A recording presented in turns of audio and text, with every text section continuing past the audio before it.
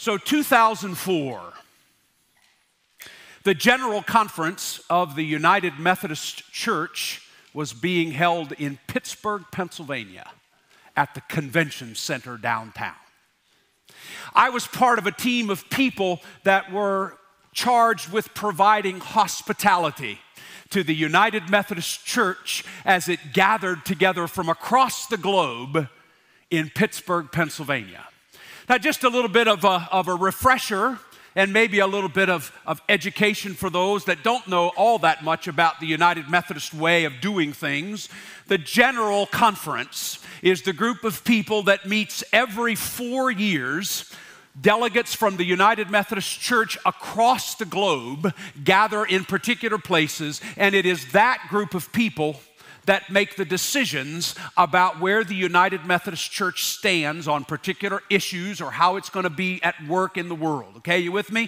You hear a lot of things, friends, in the world about the United Methodist Church. This person said this. This person said that. This group did this. This group did that. Please be aware that it is only the General Conference that can speak for the church. You with me? There's a lot of different United Methodist bodies that are speaking that just happen to be United Methodists, but the General Conference is the only body that can speak for the church. With me? Okay, so we're at this gathering in Pittsburgh. My responsibility primarily has to do with music and worship. It's to make sure that the bishops are where they need to be. It's to make sure the bishops have the robes they need, the bulletins they need, the glasses of water that they need, to make sure the musicians are where they're supposed to be at the proper time. That's my responsibility. One particular moment while General Conference was in session, I was walking down the hallway at the convention center, and a need arose. You with me? A need arose. So I walked into the bathroom that was closest. You tracking with me now? Okay. So I walked into the bathroom, and a person walked in behind me and took up station beside me. Are you following me? Okay, you following me at this point? I'm trying real hard to be good about this, okay? Person followed me in and took up station beside me in this place where I had gone to take care of a need that I had. And as I happened to glance to my right, I realized that this person that had walked in the door behind me was none other than Dr. Maxie Dunham. Now, some of you may not recognize that name. Some of you, that name may mean nothing at all. For me, it was like God walked in the bathroom.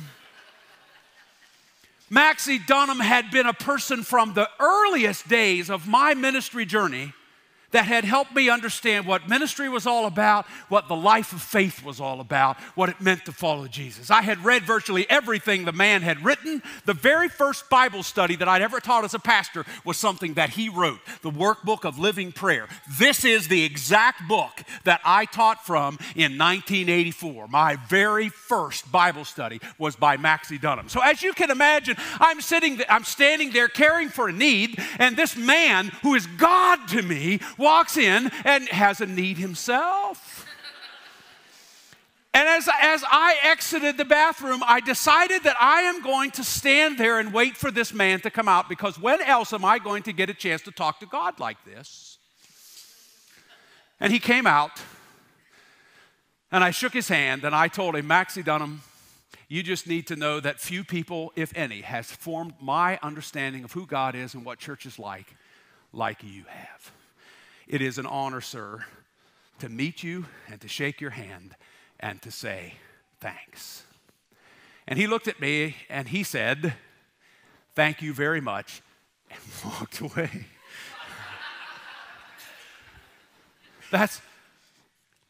But it, for me, was an incredibly memorable moment.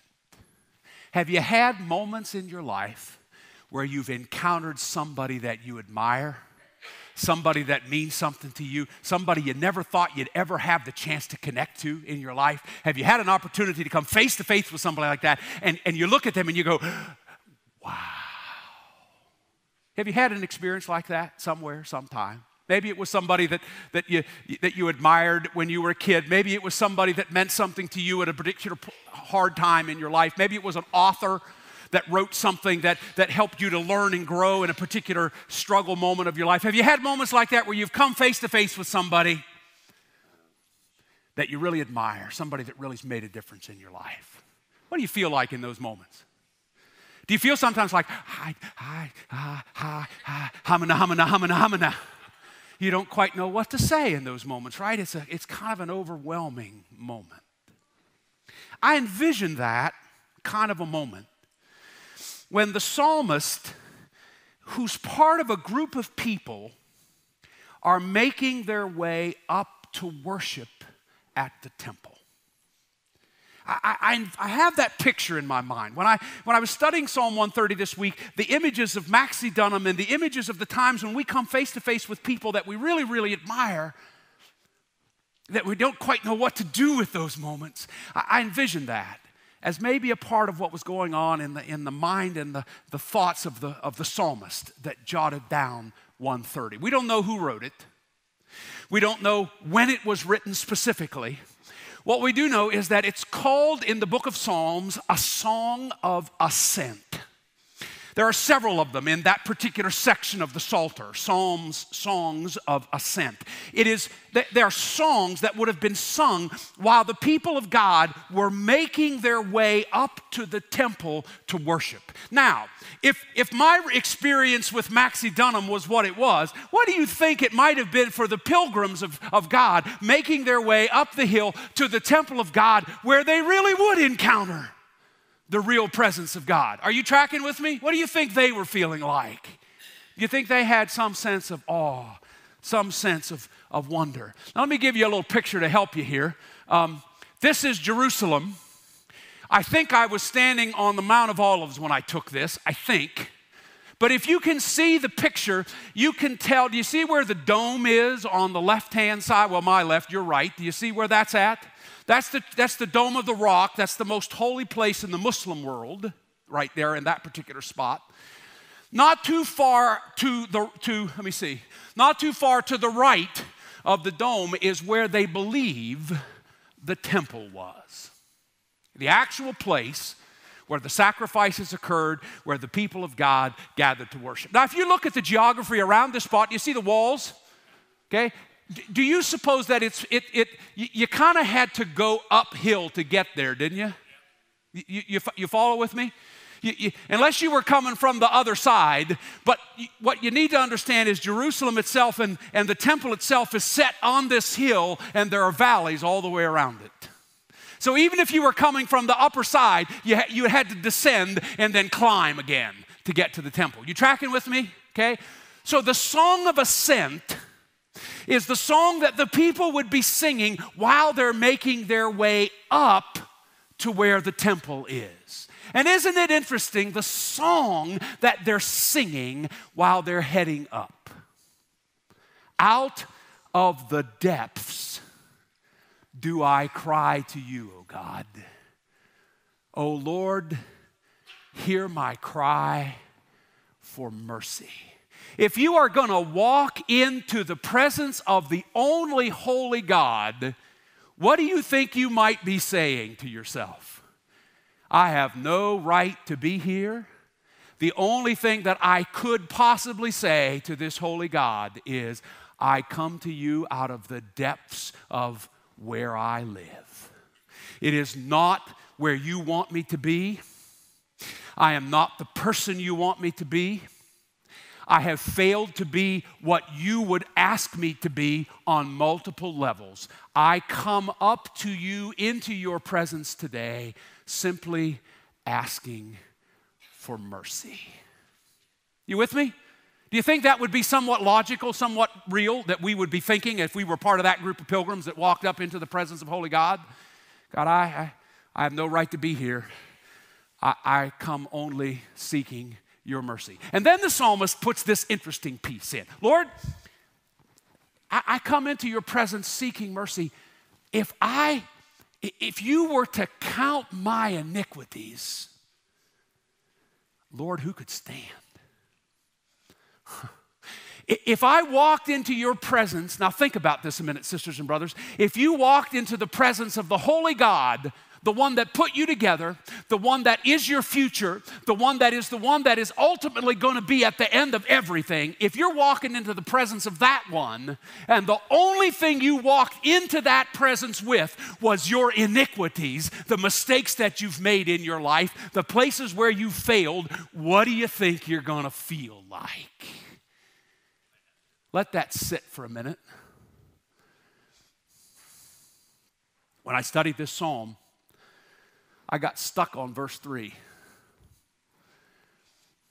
Lord, if you were to count, if you were to mark, if you were to track my iniquities, who could stand? Could I stand in your presence, holy God, if it was just about my iniquities? See, friends, I want us to understand that you and I don't spend a lot of time thinking about our iniquities because we're quick to move to verse 4. But with you there is forgiveness. We are quick to move to verse 4. But can I suggest to you that verse 4 has little power without verse 3? The power and wonder of the forgiveness of God comes home to you and to me only when we have taken the time to sit for a while with the third verse. When we take the time to sit for a while with the reality of our separation from God. The forgiveness and mercy and grace of God only has power in our lives when we take the time to recognize where we would be without it. Are you with me? Now, I know you're quiet, and I expected you to be quiet. You know why I expected you to be quiet? Because you don't like me to talk about these things. You'd rather me up here be cheerleading for you. And can I suggest to you that that's where I'd rather be? But I won't be faithful as your pastor if I don't say to you, think about the things that separate you from God. Think about where you would be as a person, where we would be as a church if we were left simply with the mark, the track of our iniquities. Let that sit for a minute. If you and I had to come into the presence of God, if we had to ascend to the temple where God was, and the only thing we carried with us was the places where we have failed God, how do you think that meeting with God would be? What do you think? How would it be? See, it's only when we come to that place, only when we realize that because of our iniquities, we are separated from God. Only when we get there can the power of the next verse really come home to us. But with God, there is forgiveness. See, here's the good news. The good news is that when you and I come face to face with our iniquities, when we come face to face with the places in our lives that separate us from God, when we are real and honest about the mistakes we've made, when we're real and honest about the choices we are making this very moment that we know are against the will of God, until we come face to face with those things, only then will the power of God's mercy and grace and forgiveness really come home to us. Because do you know why? Wake up now, wake up. You know why? Because, sisters and brothers, when you and I come face to face with our iniquities and we realize that we are separate from God and have no business standing in the presence of a holy God, when we come face to face with that, that's when this God that invites us up to the temple says to you and to me, I share mercy with you. There is forgiveness. There is grace, there is freedom, there is separation from the place where you are. The words of Jesus Christ to the woman caught in adultery, who is here to condemn you? Neither do I. Go and sin no more. You are free. Are you tracking with me on this one? I realize this is theology. It's not nice, fluffy little stories. This is theology, but it's theology that can change your life, friends. If you and I come face to face with the reality that we have no right to stand in the presence of a holy God because of our sin, but because of the grace and the mercy of God, we are able to stand there, embraced and wrapped in the grace of the cross. When we are able to come face to face with that, friends, that changes life. It changes life. Because all of a sudden we come to the realization that our engagement of God now is not based upon fear. It's not based upon what God might do to us. Instead, our engagement of God has to do with worship. Does it not? When we come face to face with this God that chooses to meet our iniquity with His grace and His forgiveness, what does that call forth from us? It calls forth worship, doesn't it? It doesn't call forth fear. It calls forth worship. Because this God that had every right to say death to you because of your sin instead says life to you because of the cross, because of the grace and the mercy that God has given to us. Now, when we come face to face with that, our worship deepens, does it not? See, when we come together in this place, we come together and we follow, whether it's 9:35 or 8:15 or 11 o'clock, there's a pattern of worship. Some would call it ritual. There's a pattern of worship that we follow. And sometimes we think that what we do when we come together in this place is just to follow that pattern, that when we start at the beginning of it and we get to the end of it, we have worshiped.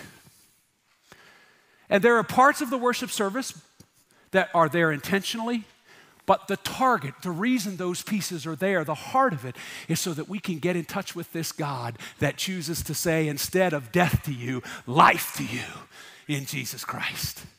That's the heart of our worship.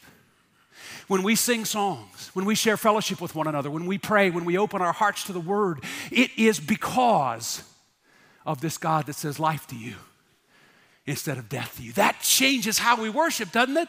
You've heard me say 2 or 3 times when you will respond to something that I have said in a lackluster way, and you do that. You've heard me say, no, that's unacceptable. Why is it unacceptable? Because we are here to worship this God that says life to you instead of death to you. And when you're in that kind of a presence, when you're in the presence of that one, it cannot be haphazard. It cannot be lackadaisical. It cannot be lackluster if the truth of what that is all about has come home. It cannot be lackluster. Because the reality is the God that could have and should have said to every one of you and to me, death to you because of sin. That God says instead, life to you because of Jesus Christ. Whew. Whew. Now that changes things, doesn't it? It changes the heart of what worship's about, and can I suggest it changes one other thing too? It gives us a different way of engaging others, doesn't it? Let's think about this. Think about all the people in our lives that we look to and we point to and we say, you know what, you just need to get your life together. You need to get your act together. You really tick me off. All of those people in that category, the people that we look at and we say, well, there's no hope for you. Wrong. The truth of the cross is that there is hope for every human being. Every human being. That God doesn't just say to you and to me, life to you. God says to every human being, ever has been, ever is, ever will be, God says to every one of us in Jesus Christ, life to you because of Jesus. Now that changes the way we see people, right? Should change the way we engage the people in our lives. There are people not to be looked at as irrelevant, unsavable, unforgivable. Because if the cross is what the Bible tells us it is, then it is God shouting to all of humankind, life to you. not death. That changes the way we engage people a little bit, doesn't it? It ought to help us to see people differently. All people differently. So I want to wrap it up with this image for you. I want to wrap it up with two images. The first is a simple one. Have you discovered that there are some hills around Franklin, Pennsylvania? You get that, right? You can't really go many places around Franklin, Pennsylvania without what? Going up a hill, okay? You know, you and I are probably a lot like our parents. I walk to school twice a day, uphill, both ways. Feels a little like what it is to be in Franklin, right? I mean, it really does. There is a strong likelihood that before we gather again on Sunday morning next week for Palm Sunday, you will have climbed a hill. 15th Street, Bradensburg Road, Victory Heights, name them. The likelihood is that you're going to climb a hill. Can I encourage you to see that journey as an invitation to sing a song of ascent? Whenever you're going up a hill this week, take a moment and remember Psalm 130. Out of the depths I cry to you, O Lord. Lord, hear my cry for mercy. If you were to mark my iniquities, who could stand? But there is forgiveness with you.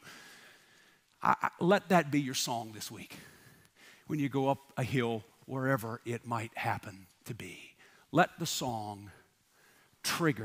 hill trigger a song of ascent, a song that gets you in touch with where you'd be without forgiveness and where you are because of the forgiveness of God. Now there I did it. I fell off the step, okay? You ready? All right, there. Okay, that's done. Okay, now, as we come to moments of prayer,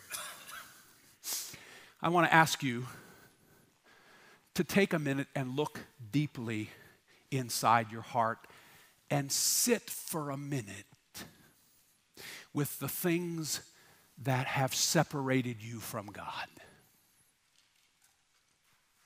Sit for a minute with the things that maybe right this moment, the choices you are making right now, sit with those choices and realize they are separating you from God.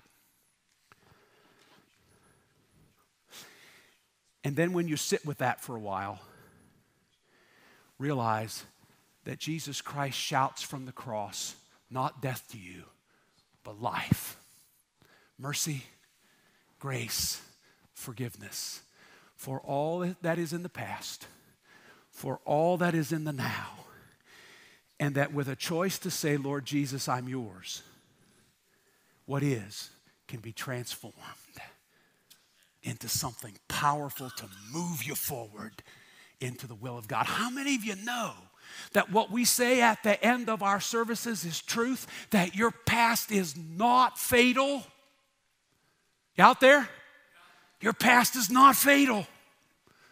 The present can have power, and the future can have hope. Why? Because of something that you've done? No, because of what Jesus Christ did on the cross. And the Christ that says life to you. Life to you. Life to you. As we're thinking about those things and as we're singing, friends, if you want to come and kneel at the altar and talk to God about any of that, I encourage you to do that. If you need to say yes to Jesus Christ, maybe for the very first time in your life, I want to give you the opportunity to do that, either here at this altar or right where you are in your seats. I know it sounds like that's a cop-out, but I'm more interested in you taking a moment to say yes to Jesus Christ wherever you're at, whether it happens here, whether it happens there. I don't care. And I want to invite all of us that have said yes to Jesus Christ at some point in time in our life to say yes to him again. To say, yes, Jesus. Thank you for what you've set me free from. Help me to live fully into the life that you've purchased for me. Let me live in life and not in death. I want to encourage us to take that moment, all of us, either for the first time or the 100th time to give ourselves new to Jesus this day.